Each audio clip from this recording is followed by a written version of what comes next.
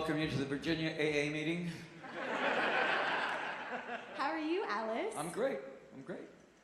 I was just complimenting you on your jacket. That jacket is amazing. Somebody made this for me. Yeah. I don't know who these are supposed to be, but anyways, you know. Okay, so to start, I just saw an article about you breaking or potentially trying to break a Guinness World Record.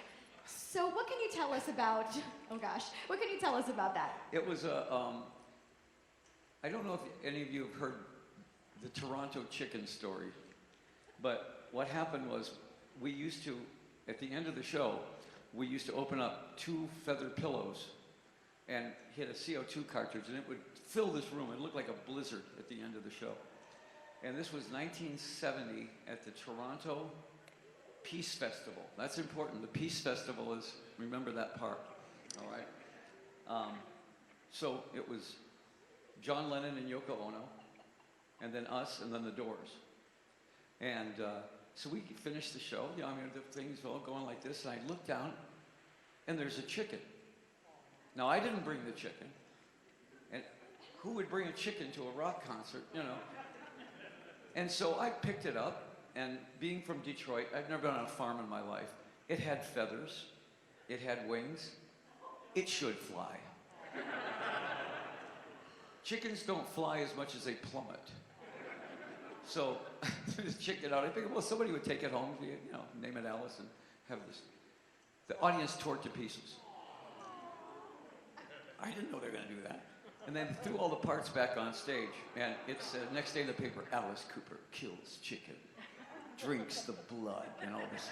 At that point, I realized the audience wanted a villain. They wanted a rock villain.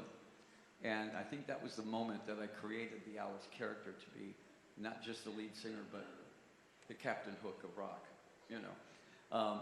But Frank Zappa called me the next day and he says, "Did you kill a chicken on stage last night?" And I went, "No." And he said, "Well, don't tell anybody, they love it." So, skip 50 years ahead, and the Guinness Book of Records gets in touch with us and they said, "How about this? We break the record for most people throwing rubber chickens at one person.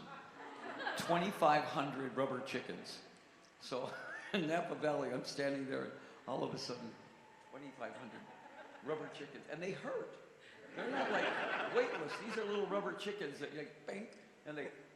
So, anyways, I mentioned to them that Colonel Sanders had killed billions of chickens, and I was not the horrible chicken killer that they thought. But that actually follows me to this day. This urban legend that I killed chickens. You know, it's like the Ozzy Osbourne bat story. You know, people are more than willing to believe anything they want to believe. Yeah, and it was before internet, so it was just urban legend. I think I remember in the documentary Supermensch. I think they talked about that in the documentary as well. Yeah. Well, I found out later on that Shep, my manager, brought the chicken. Yeah. Do we know where you got the chicken from? I have no idea where you would get a chicken at a hotel. A holiday, and they have these, you know, vending machines, and you can get a chicken. One chicken, please. So you just mentioned Captain Hook, and I hear you talk about him in a couple of quotes, and I want to know, how do you feel like you relate to Captain Hook? Well, you know, people have got Peter Pan syndromes. I have the Captain Hook syndrome. It's sort of like when I was a kid, I was always for the villain. You know, I always thought the villain had the best parts. He always got the best lines. He always looked the coolest and everything. So I always, you know, and then it just came to me that rock did not have a villain. Rock had all heroes. And I just looked around and I said, there's no villains in rock. Well, if you do create a villain named Alice Cooper, it's going to piss off every parent in America, and every kid is going to love you because the parents hate them, you know.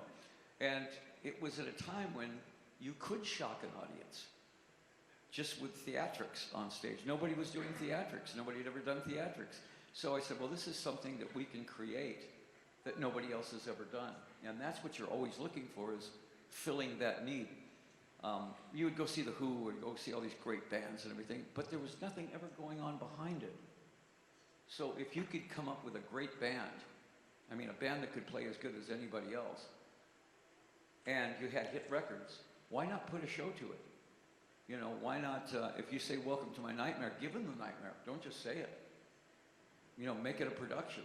All it really takes is imagination and willing to spend the money to produce it and make it into something nobody had ever seen. Welcome to My Nightmare broke all the Rolling Stones records because it was something nobody had ever seen before, and the record was great. They liked the record. So that's how the whole shock rock thing started, was saying, let's fill a void that's not there. Well, when it comes to putting on a show, Alice, nobody can compare to you. Your live shows are... Yeah, thank you. Well, I think that very few people, Rob Zombie might be one of the only guys that understands that horror and comedy are in the same bed together. And there's a very thin line between horror and comedy. Think of it, the first time you saw, how many people saw The Evil Dead? Everybody, right? Okay. I was watching this movie, and it was so over the top. I got to a point, my wife and I are sitting there, I said, there can't be any more blood in this movie. And just as I said that, he hits a pipe and gets covered again in blood. And I burst out laughing. I said, this is so funny. You know, the horror part was, okay, it was scary. There was parts that were scary. But it got so ridiculous that it became funny.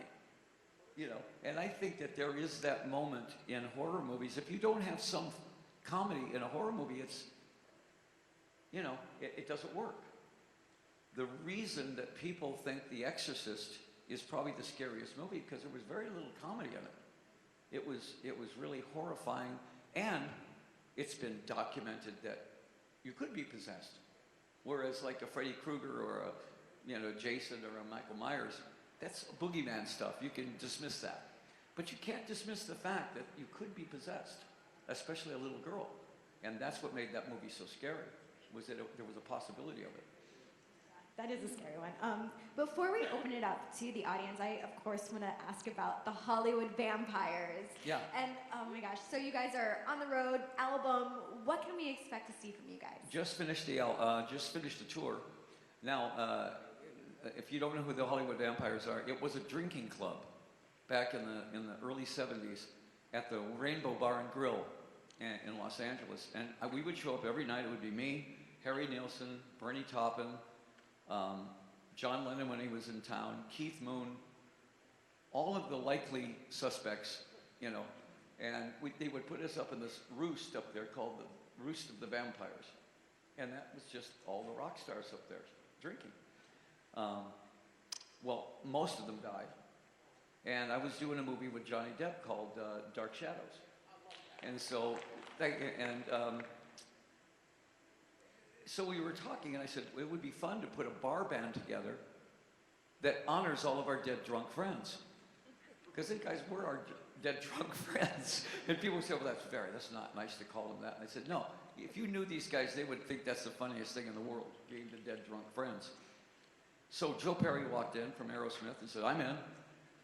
It was supposed to be a bar band, really. Duff McKagan from Guns N' Roses, I'm in. Next thing I knew, I had this all-star band up there. We played the Rainbow Bar and Grill, and then the very next show was Rock in Rio, 200,000 people. Now, people don't realize this, but Johnny Depp's a great guitar player. He was a guitar player way before he was an actor. So I knew him, of course, as an actor, but I also knew him as a guitar player. And he came up on stage with us and played, and he was as good as anybody on stage. So he stayed in the band. So we just finished like 7 or 8 shows. We have a new album coming out June 15th. And Johnny wrote 70% of the songs. I was too busy. I was on tour. I didn't really have time to write, so I just recorded all the stuff that Johnny had written, and Joe. And it's really a good hard rock album. I'm excited to hear it. I can't wait. Yeah. And by the way, all this stuff you read about Johnny, I didn't believe in fake news until I'm sitting there in Moscow. We're getting ready to do a show, and I'm reading this paper that goes, Johnny Depp weighs 100 pounds, and he's depressed, and he's broke, and he's an alcoholic. I'm sitting there looking at Johnny. I've never seen him look so good in my life. Anything but depressed. I'm sure he has a few dollars somewhere, you know. And everything I read about him was absolutely opposite of what was true. And so I started right there saying, this is totally some kind of conspiracy to make you look bad. And he goes, yeah, you just got to deal with it. You know. Anyways, nicest guy you've ever met in your life. I've never met anybody as personable to everybody as him. So give him another chance. If you've read all this fake news about Johnny. Do. Yeah. Well, what's your relationship like with Marilyn Manson? I see him perform with you guys sometimes. Well, yeah, Marilyn's great. He is such a strange character because he saw what Alice Cooper was, and I think that he just said, well, I can make that work. I can be the new Alice Cooper. Marilyn Manson, Alice Cooper, makeup. You know, I mean, it was sort of like the next generation's version. And we got together, we toured together. And when he was on tour with me, he was totally sober. You know, and him and Johnny are best friends too. So, I mean, there's a connection there. So anytime we do 18, I always bring him up on stage to do 18 with me.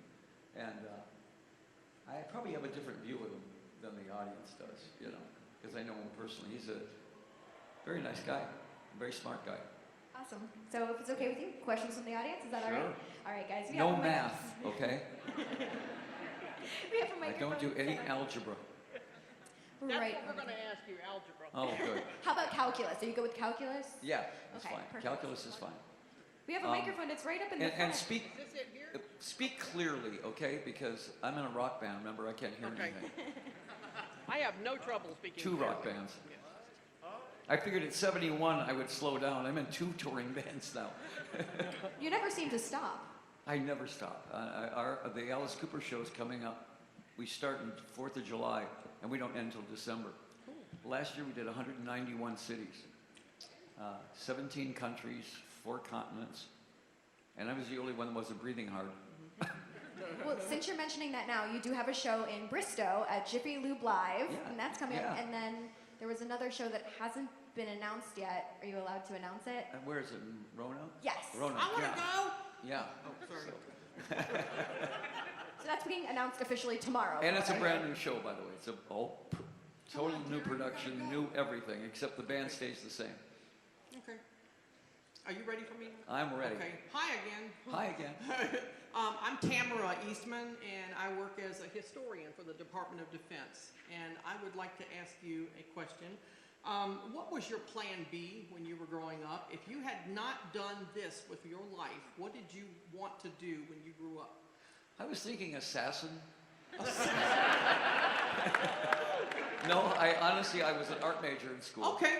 I was an art major, and I probably would have gone into that.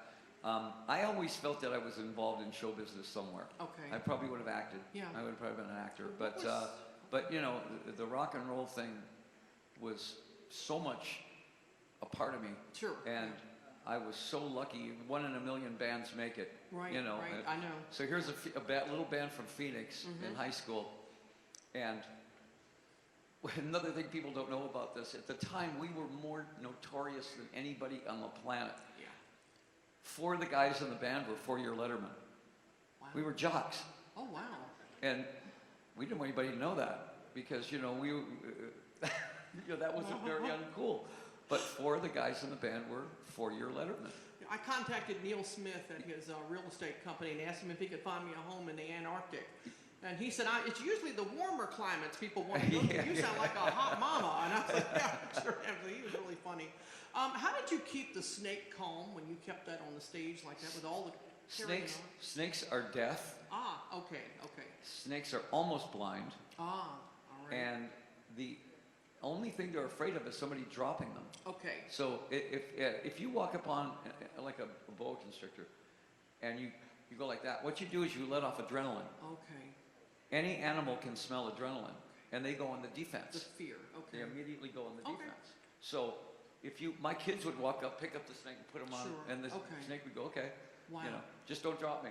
All right. You know, that's all. And honestly, if you came across one, if you're not food, they don't try to They're kill not you interested? because they realize they can't swallow you. Sure, So they just sure. kind of go, what are you doing with me, holding me Right, up there? right. On stage, it's hot, Yeah. tropical.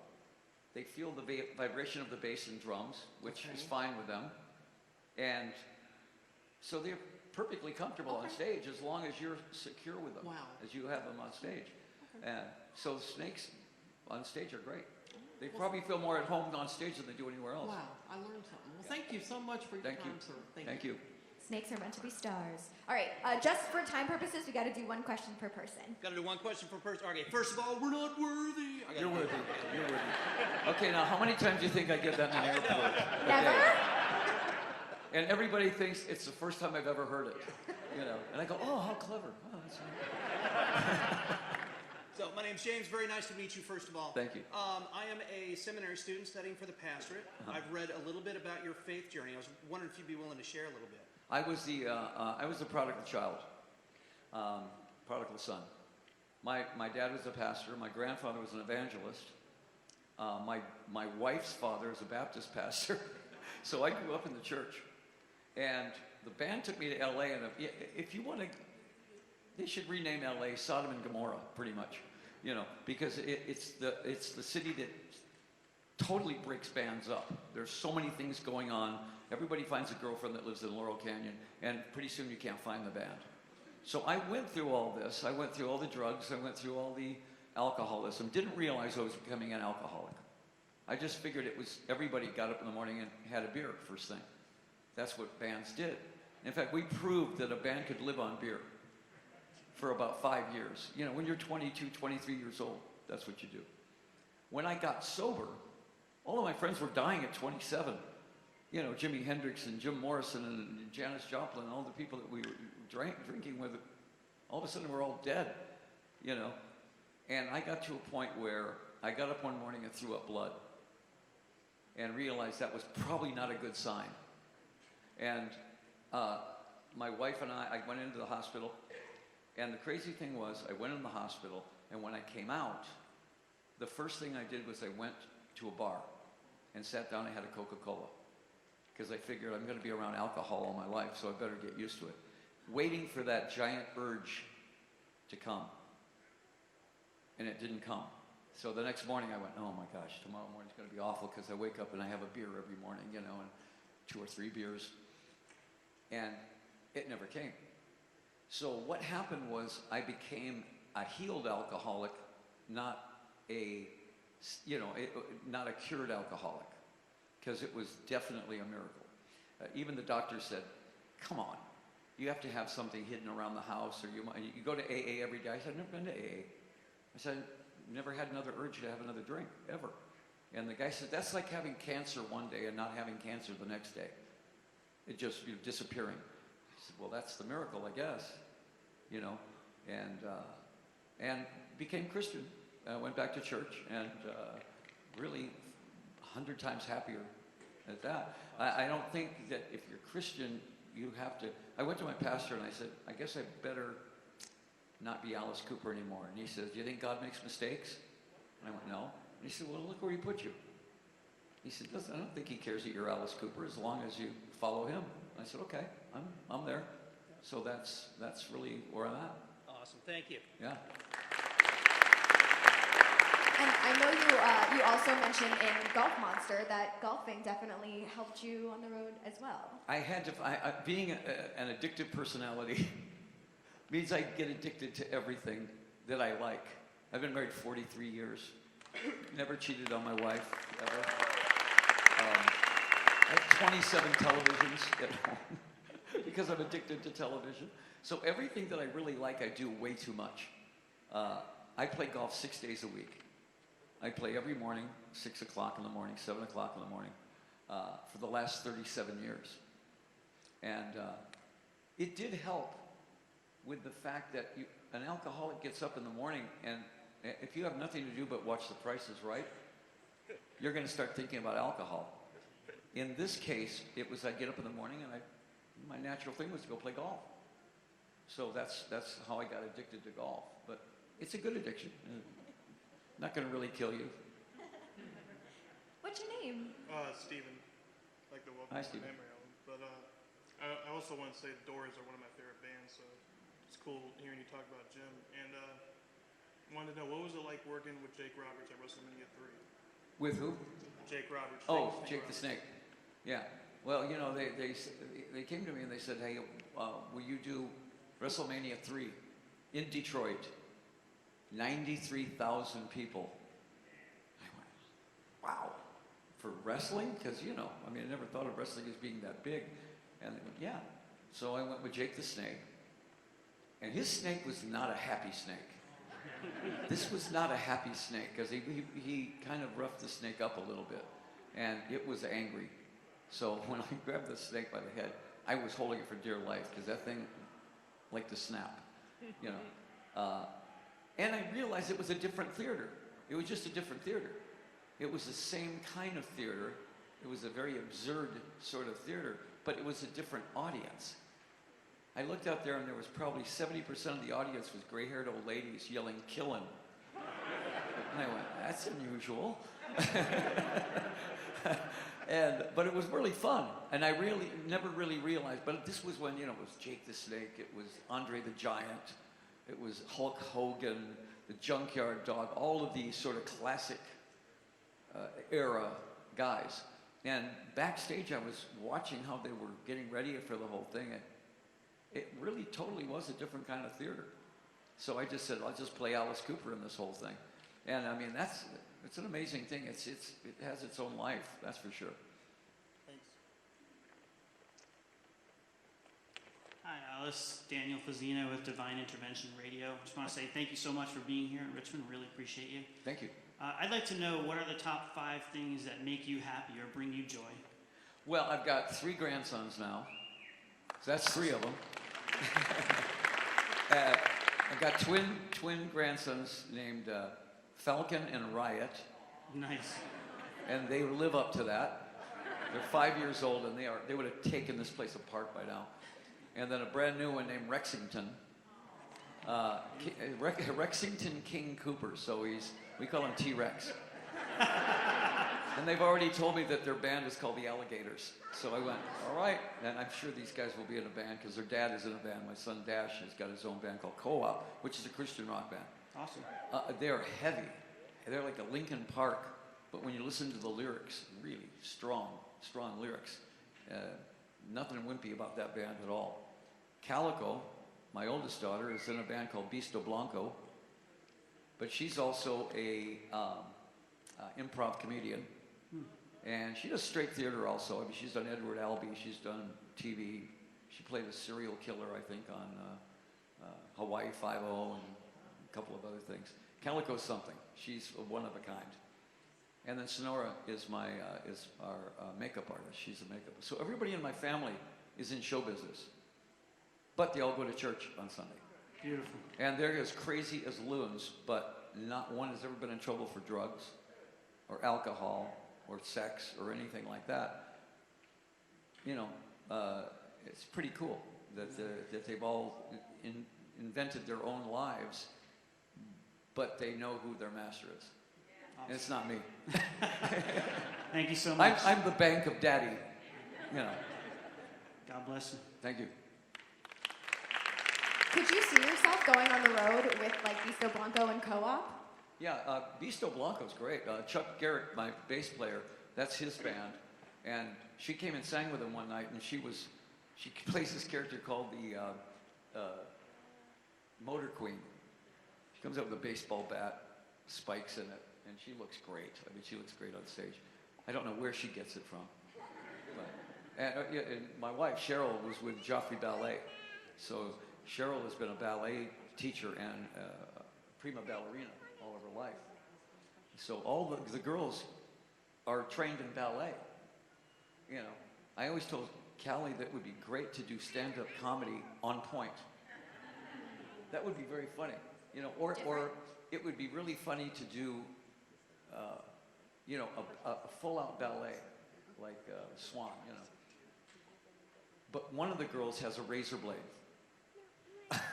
So when she goes like that, it would be like a pile of ballerinas on stage and one left at the end. I said, ballet needs comedy. You know, ballet would be very funny if they did something with a comedy edge like that was really over the top. And nobody's done it yet. I think you're onto something, Alice. Yeah, somebody should do it. What's your name? Hi, I'm John. Hi. Now, I've seen you many times live and seen you bill with a lot of bands, and nobody's commanded the stage like you do, except for Nita Strauss. And I was just wondering where you first heard her play and how she came about to join the band, because she's such a phenomenal talent. Yeah, I had Orianthi in the band before her. And Orianthi was, I mean, she could play with Eric Clapton. Beautiful girl from Adelaide. I mean, she could be the cover of any magazine. She was so pretty.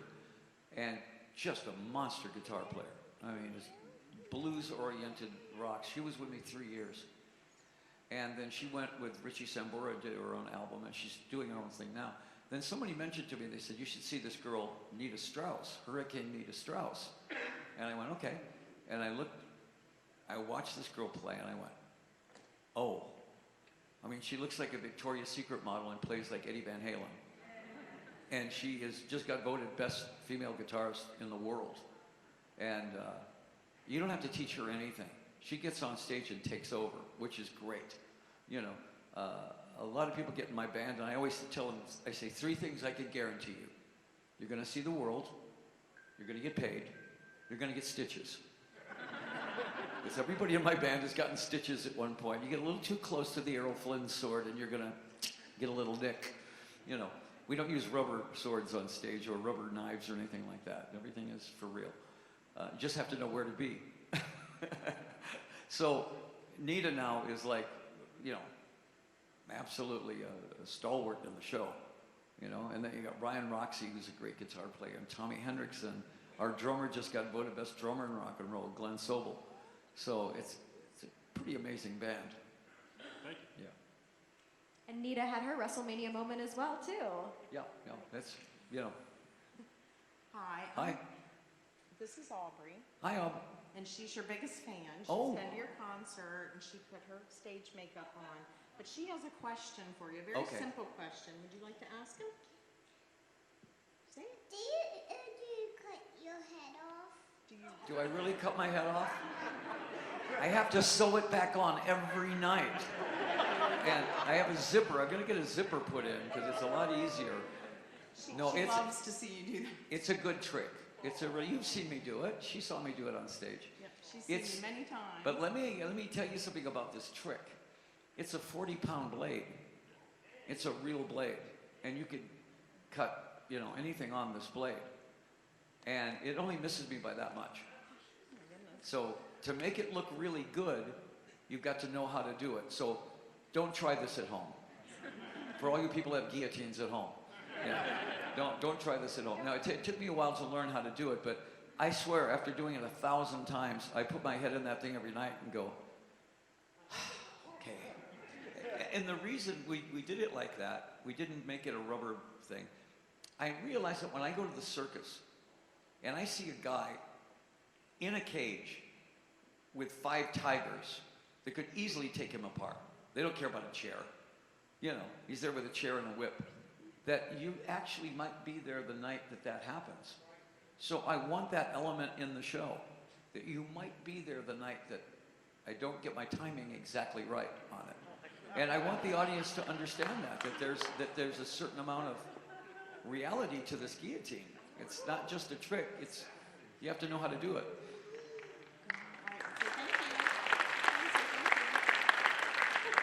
Thank you. But you know, I would lose my head over you. But she loves you. Hi. I, Sorry, I'm a little short. So I'm Nikki, and I saw you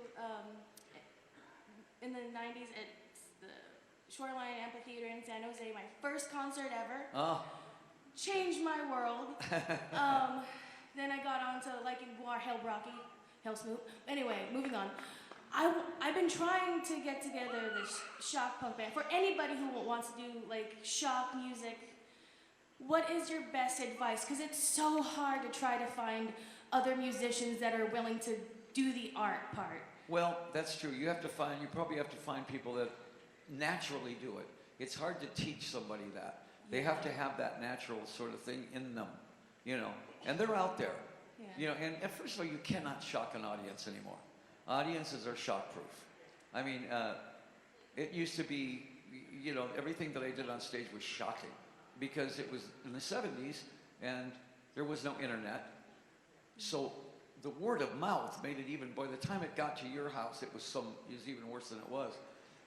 Now CNN is more shocking than anything that I can do or that, Rob Zombie or anybody could do out there. Reality is more shocking than the theatrics that we do. So we just use the shock part. We try to make you think one thing's going to happen and something else happens. And that's really, we use the element, but we're really not trying to shock the audience anymore. It's more theater. Yeah, It's that's what I love. and it's more taking the lyrics and making the lyrics come to life. If you say "Welcome to my nightmare," give them the nightmare. Don't just say it. Thank you so much. Thank you for bringing the nightmare, because it has truly saved my life. Well, thank this you. whole art form. You are one of the greatest artists. Thank you so much. Thank you. And it's more fun than being just in a band. I think people forget this though. When we first started, we realized that if you're just doing the theatrics, you're just a puppet show up there, unless you can back it up with the music. We spent, if there was an 8-hour rehearsal, 7 hours would be on the music and 1 hour on the theatrics. We were up against Led Zeppelin. We were up against The Who, people like that. So our band worked so hard to be able to get on stage and be on equals with those guys. The very first time we ever got a gig in LA, as a young high school band almost, I looked up at the billboard and it goes, at the Whiskey A Go-Go, it says, Alice Cooper and who's Led Zeppelin?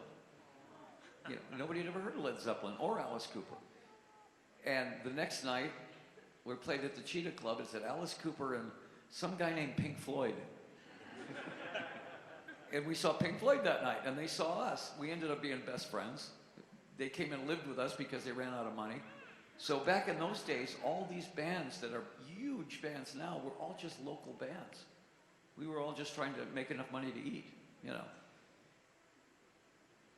Hi, Alice.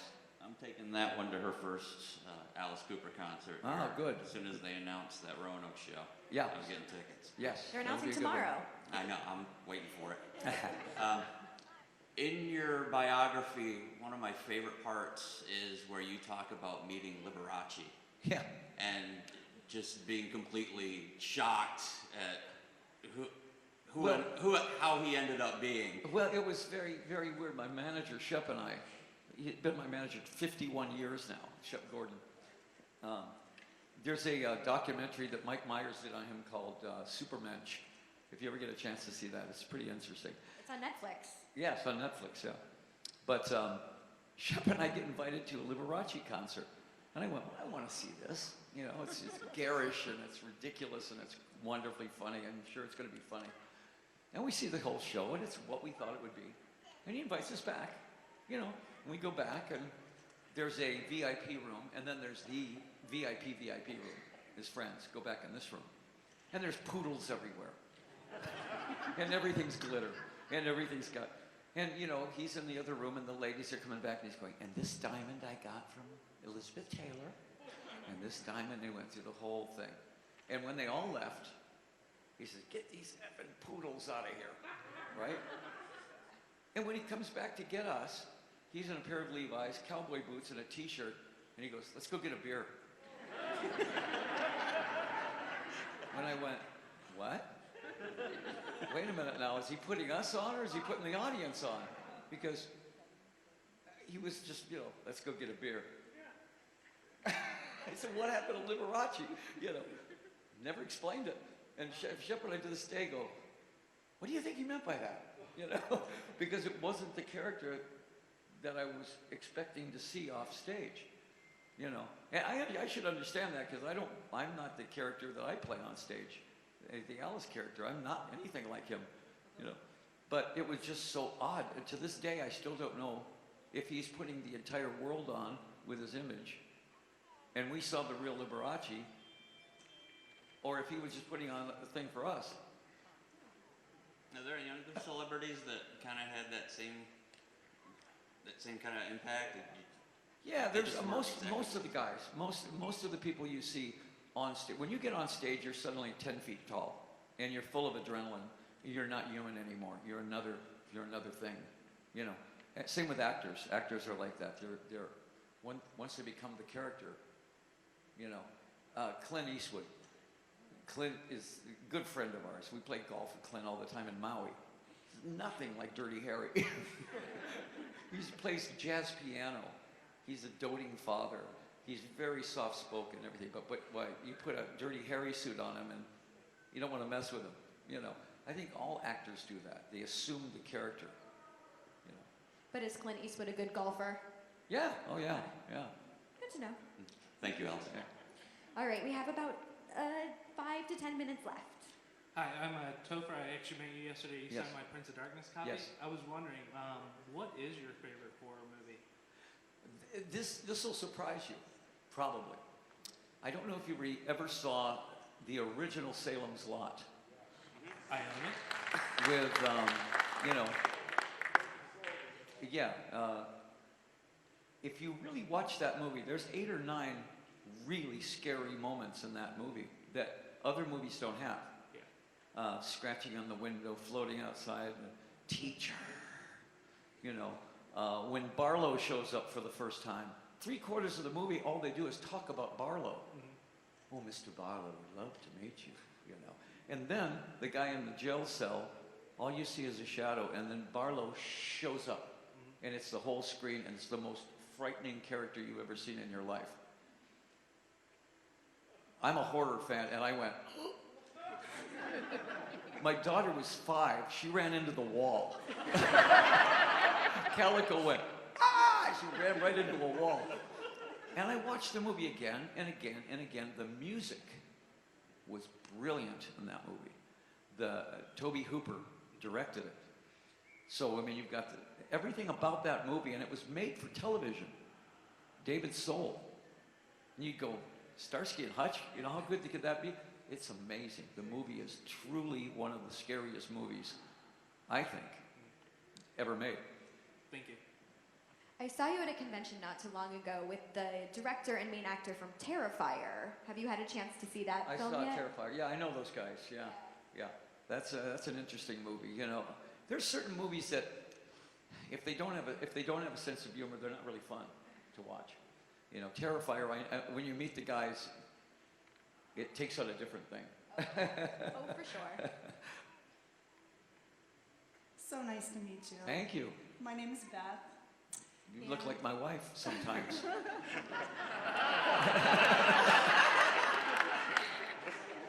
I'm really, really so happy to be here today. My question is, so here in Richmond, RVA, we have a local Alice Cooper tribute band that is going to debut June the 29th at a local place called Another Round on Route 1 in Glen Allen.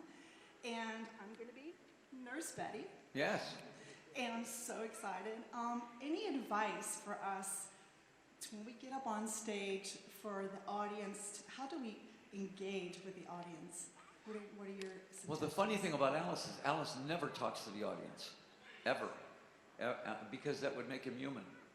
And so I make sure that Alice never, ever relates to the audience. I don't want him to relate to the audience until the very end of the show.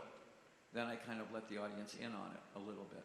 You know, I introduce everybody. I introduce the most disturbed nurse on the planet, Nurse Cheryl. You know, she also plays the ragdoll ballet in the show.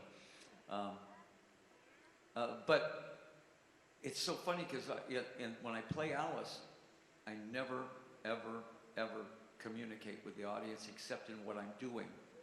I want that to be the communication. You'll see most bands have got fireworks and they've got pyro and everything like that. Our show, I want the audience more focused on the character. So it's more like a vaudeville, you know. If you do too many things that are external like that, it takes away from it. It's usually because you can't think of what to do, so you blow something up, you know. In our show, every single song has got that, you know, that personal thing that somebody connects to. And so in the Vampires, I don't play Alice. So I talk to the audience all night. And it's almost refreshing to get up and tell the Doors we're starting to, you know, break on through the other side, and I'll tell them how we met the Doors and things like that. So it's two entirely different ways of being a rock singer, you know. But I think that you don't relate to them. Pretend like the audience just happens to be there watching this going on. Right. You know, you don't really let them in on it. They just happen to be kind of like voyeurs seeing this thing going on stage. So you never mug for them. Just let it happen. Thank you so much. Thank you. It's just an honor to be here. I would love to hear. We're on tour at that time, so I'll probably see you some other time. You know, your band. Well, I follow you on Instagram, so I'll send you some snippets of the show. Okay, that'd be All right. great. Thank you all. All right, I apologize, but this has to be the last question, so we Okay. can get you to your photo op. Hi, friend. Hi. I have a question about your collectibles. Years and years and years ago, and all through your career, you collected certain things, and I heard a story that you had a store, and the store burnt down. Yes. And there was a collectible that you found after that fire that was significant. Can you tell that story? I'm trying to think of what that collectible was. Actually, it wasn't really my store. It was my mom and dad had a Indian jewelry store in Phoenix, and they only worked with the Indians, artists. They wouldn't just take the stuff from Taiwan. It had to be an artist that signed it on the back. So it was all original stuff. And then the place burned down, and I can't remember what the thing was that I. The way I heard it is that you found I think it was, I don't know, it was something that had been in the fire, and it was found at like the bottom of the situation, and it was like $3 million piece of art. Annie Warhol. Oh, no. This is a different story. Okay. Yeah. Okay, this is a great story. When I lived in New York City, it was in 1970, and this is before Cheryl. I had a girlfriend that was one of the Warhol, in that Warhol world. So I used the electric chair on stage all the time. She went and she bought the Warhol electric chair, which is, just red with the electric chair, and brought it back, and it was my birthday. So there it was, you know. And when we broke up, I moved to LA, and I put it in a tube and, went to LA. I think we could pay $2,000 for it. Right? And it was in the garage for about 40 years because I forgot I had it. And I was talking to Dennis Hopper, and he says, oh, I just sold one of my Warhols for $14 million.